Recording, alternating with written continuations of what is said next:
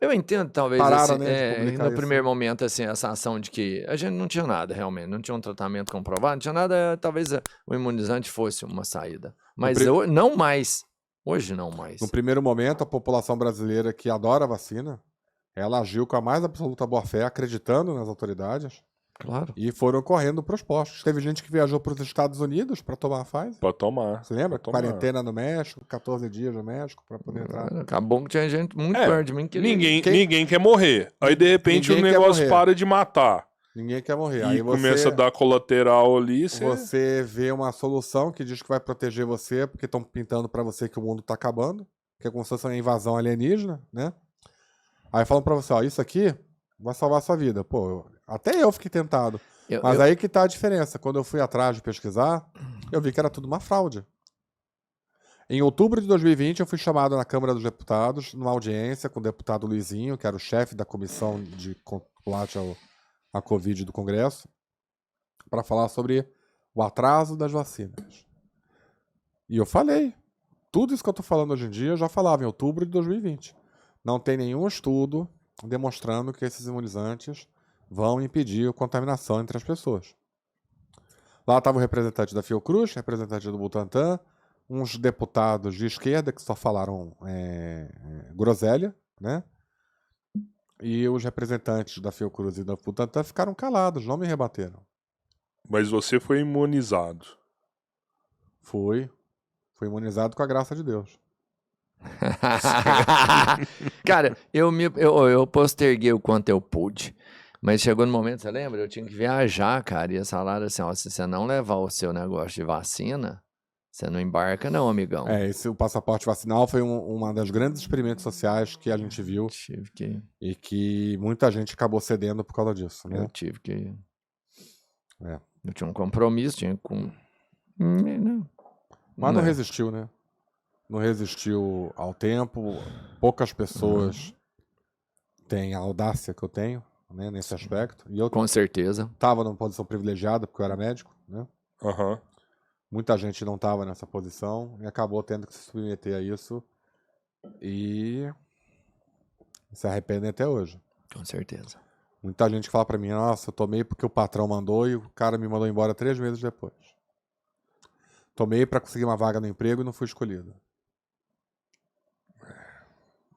É um crime que foi cometido e eu acho que a gente ainda vai ter margem no futuro para julgar as pessoas que fizeram isso. O que eu acho ruim dessa conversa é que algumas pessoas escutam e começam, pô, você é antiva, você é não sei o que, você é aquilo outro. Eu tenho mais vacina no braço do que 99% dos brasileiros. E as minhas vacinas estão em dia. Sim, eu sou a favor da imunização. Eu me imunizei minha vida inteira. Nunca tive problema. E eu tô com as minhas vacinas em dia, inclusive do tétano, que a maioria esquece de atualizar a cada 10 anos. Aí quando alguém me chama de antivax, eu falo, me mostre sua carteirinha agora, que eu quero ver. Mostra. Aqui, eu tomei 3 doses de Covid, tá aí o resto. A gente chegou numa situação tal que nas escolas, um dia eu perguntei isso para um diretor de escola, de uma paciente que eu tava cuidando. Quer dizer que se a mãe aqui trouxer a carteirinha da filha com 3 doses de Covid e não tiver nenhuma outra vacina, tá ok? Mas se ela vier com todas as vacinas, sarampo, rubéola, né, polio, e não tiver de Covid, não tá ok? E o cara falou, Aí eu falei pra ela, faz um BO na polícia. Sim. Na hora o cara mudou a conduta. Sim. A preocupação é com a vacina ou a preocupação em seguir uma narrativa, né? Porque isso virou controle social, né? Vamos ver até onde a gente consegue impor. E em algum momento a gente vai poder fazer um imunizante que vai ter tranquilidade em colocar no braço, que tá tudo certo? Para essa doença? Sim. A minha visão, e é a mesma visão que eu tenho da vacina da influenza, que também, apesar de não ser perigosa, de não ter esses efeitos colaterais todos, ela também não serve, ela não tem benefício para a população menor que 65 anos. Então eu vejo todo ano campanha de vacinação para influenza, todo ano é a mesma história. Doutor, posso vacinar minha filha? Eu falei, poder pode, mas os estudos mostram que não tem benefício. Doutor, não tem benefício. Não tem benefício. Eu publiquei no Twitter outro dia. Não recebi nenhuma agência de checagem. Ninguém veio falar que eu estava mentindo. Não teve nenhum popstar da internet falando que eu sou negacionista. Ficaram calados. Né? Eu não creio que vacinas para vírus respiratórios funcionem por via intramuscular.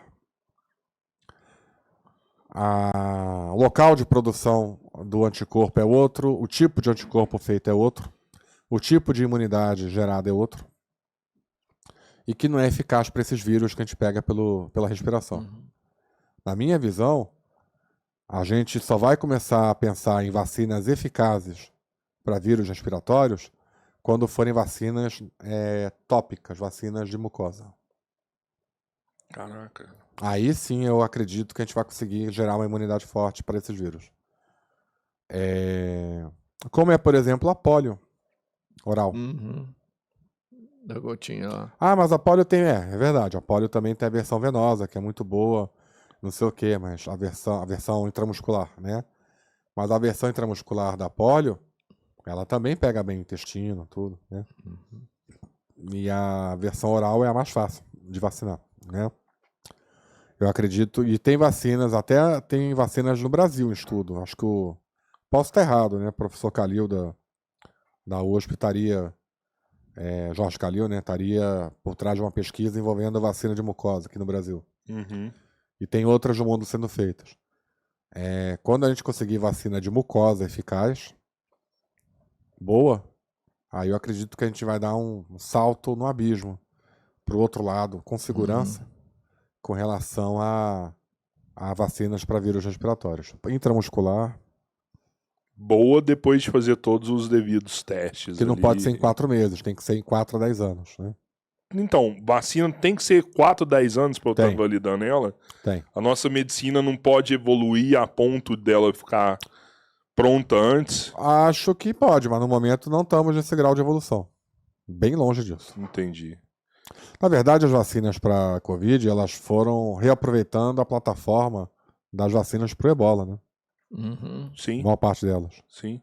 Vacinas que não deram certo, que eram vírus que não era respiratório. E aí eles pegaram todos aqueles pré-prints, toda aquela fase pré-clínica, validaram, né? E trocaram o antígeno para o vírus da Covid para poder produzir uma vacina que eles sabiam que teria algum nível de segurança, mas não se sabe até quando, que teria algum nível de eficácia, mas não se sabia até quanto, para poder soltar logo uma vacina no mercado. O objetivo era ter uma vacina no mercado até antes do Réveillon de 2020. O objetivo nunca foi a saúde. E não foi só isso, eles reciclaram todo o parque industrial contra o Ebola, porque eles investiram bilhões de dólares para aquilo que prometia ser a epidemia do século, né? Só que, como eu falei aqui antes para vocês, Ebola nunca vai fazer uma pandemia, porque ele é tão forte, ele mata tanta gente, que não dá tempo do hospedeiro transmitir na comunidade de forma eficaz. E aquilo estava desperdiçado. O que eles fizeram? Reaproveitaram para a Covid. Um dos remédios mais famosos aí para tratar a Covid, o Remdesivir, um antiviral que se mostrou ineficaz também. O Remdesivir ele foi feito inicialmente para o Ebola. Teve uma adaptaçãozinha ali para... Só que isso eles não contam para vocês.